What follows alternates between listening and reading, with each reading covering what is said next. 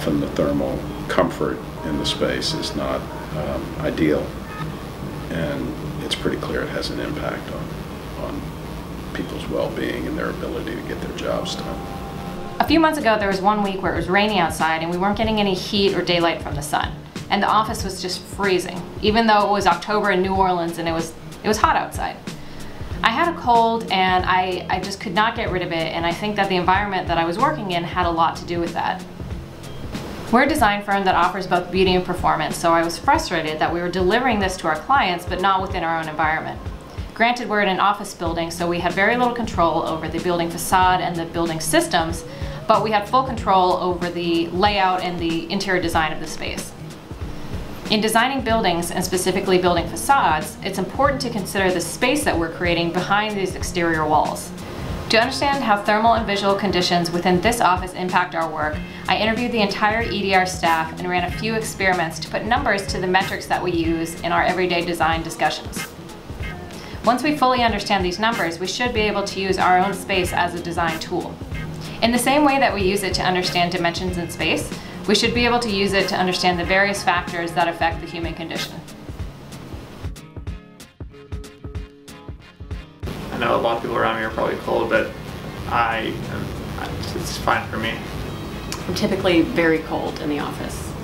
It has been cold for a long time, and particularly after a rain event. I think the building keeps the temperature on cool, and they're accounting for the hottest situation with us being at the top of the building in direct sunlight. On occasion, if there's a cool front or a rainy couple of days, then you'll come in on Monday and it'll be really, really freezing. I keep like a scarf and a blanket and hat and mittens and a blanket and a space heater and a hot water bottle. I have an office sweater that I keep. You guys probably see me wear it every day. And then when I would have that, I'd have to, stand up and run to the other side of the office to talk to my buddy Jose. Then I would warm up, and it'd be too damn hot to wear the sweater. It's like, oh, well, shit, now I can't find a balance. Within the same space, some people are hot and some people are cold. And this extends beyond activity and clothing levels, and we'll cover that a little bit later. To better understand the range of comfort within the office, I set up a little experiment to track the range of thermal conditions within the space. The EDR office is an open floor plan, which is divided into three main, what we call neighborhoods: downtown, uptown, and the triangle on the south side of the building. I wanted to get a better understanding of how each neighborhood performed during the day, so I placed 13 sensors around the office. These small devices record temperature and humidity conditions at a set interval. They also record lighting, but that data was not used for this experiment. I placed them fairly inconspicuously at each location and asked the user to go about their day as usual. The sensors recorded at 5-minute intervals for 2 weeks from October 4th through 18th. The average temperature jumped quite a bit after the building engineer serviced the system on October 6th. During the week of October 9th, the average temperature in the office was 75 degrees, up from 71 the week before.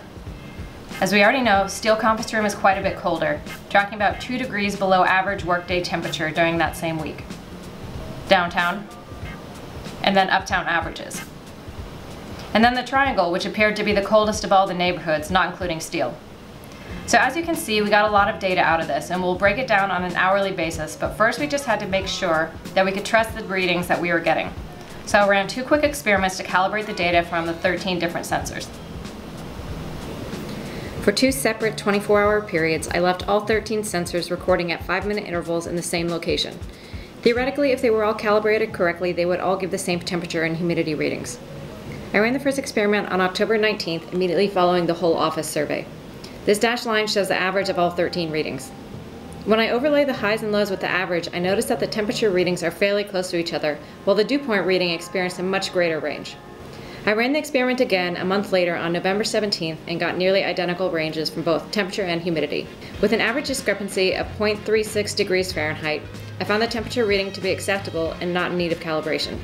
However, with an average discrepancy of 2.8 degrees Fahrenheit and a maximum difference of nearly 4 degrees, I found that the dew point data would need to be calibrated. With a little work in Excel, I manipulated the dew point values to read closer to the average temperature. In doing so, I was able to create an average discrepancy of 0.21 degrees Fahrenheit, which I felt to be acceptable. I was then able to use these equations to calibrate the dew point readings from the different locations around the office. So now that we can trust the results, let's break it down on a day-by-day basis. A few months ago, we were all sitting at our desks in jackets and mittens, even though it was still 80+ degrees outside. During that time, it was an average of 70 degrees in the office during working hours. Now, we heard that uptown was typically warmer than downtown, and during this time it clearly was, by an average of 2 to 3 degrees, although the Triangle seemed to be the coldest out of the three. So just 1 week later, we saw an average workday temperature rise of 3.2 degrees. With that, it also brought more humidity, which some people mentioned was just as uncomfortable as the cold. Again, downtown experienced the most extreme conditions, but this time sitting 2 to 3 degrees warmer than uptown. The Triangle was still the coldest. Where the October 4th measurements showed fairly uniform dew points across the office, downtown was dramatically more humid this time around. Looking at these readings in a graphic way across the space, we have our 13 sensor locations. Here showing the coldest locations, largely in Triangle and downtown, with the coldest being at Z's desk in the Triangle, and the warmest locations being largely in uptown, except for the warmest desk, which was actually Chris's desk. I don't know if it affects the designs. I think it affects the mood of the office. I think the energy level tends to feel relatively low. Yeah. Being stuck in an office Yeah, I agree. building, like you can't open the windows. Opening the There's- windows right, was a like big plus. getting outside during the day is like crucial because otherwise you're stuck in here all day. You feel like stale air. Yeah, it's now a little stagnant more, so it's not a little bit warm, but more so kind of stagnant. I feel like once I step outside, my skin opens up all of its pores and I just get like this overwhelming, it's like a flower. What I'd really love to see more is natural ventilation in our buildings. The measurement of temperature is a well-established science, but it too began with a subjective evaluation. Fire is hot and snow is cold. However, as industry evolved and people started working with metals and other materials, it became important to actually measure that temperature. And this was done at first by evaluating the color of the glow when metal was heated. And just to get a reference for time frame, Galileo invented the first thermometer in 1592, and Fahrenheit and Celsius scales were established in the early 1700s. However, it wasn't even until the early 19th century when thermal measurements were used to evaluate human environmental conditions in regard to light, heat, and fresh air. And this was done primarily in an industrial setting, so essentially keeping your factory workers safe. ASHRAE Standard 55 defines thermal comfort as the condition of mind that expresses satisfaction with the thermal environment and is assessed by subjective evaluation.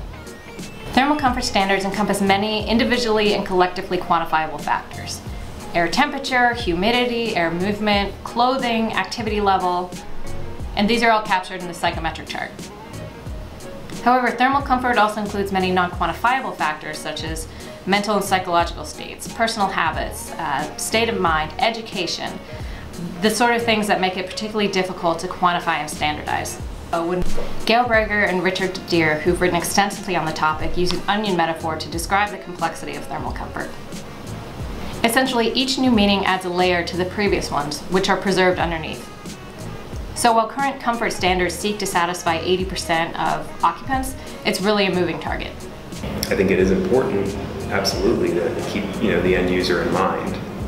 What are they going to see? What is their view out going to feel like? What kind of light are they going to have? What are those materials on the inside?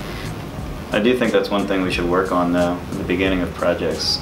We don't design the form to kind of react to daylighting or natural ventilation or anything. I probably could do better at looking at our details and saying, man, after I see the installed thing, is this really addressing thermal bridging? Did we do everything we could in this detail to help progress that? More conversations about it are happening, and so I'm hopeful that it becomes a much more integrated process. I think everyone's much more aware of it. But I think we're getting better as more and more, it seems that the studio culture has changed to think about those things as the design is being developed, which is kind of a mantra, right? Our mantra is like we think about those things collaboratively now. And I think we're getting more effective and actually true to understand those issues and make sure that they're not at the fault, right? That they're just happen at the end, but we're controlling them. It's not just up to the mechanical engineer to define thermal comfort. We can impact it through our choice of materials, natural ventilation strategies, and controls. As designers, it's important to create spaces that connect us to the environment, both visually and thermally. We need shelter, we need thermal modulation, and so on. And so buildings can do all that, and the question is, can you do all that without removing entirely the connections to the outside that people crave? And so that's to me the goal of good building design.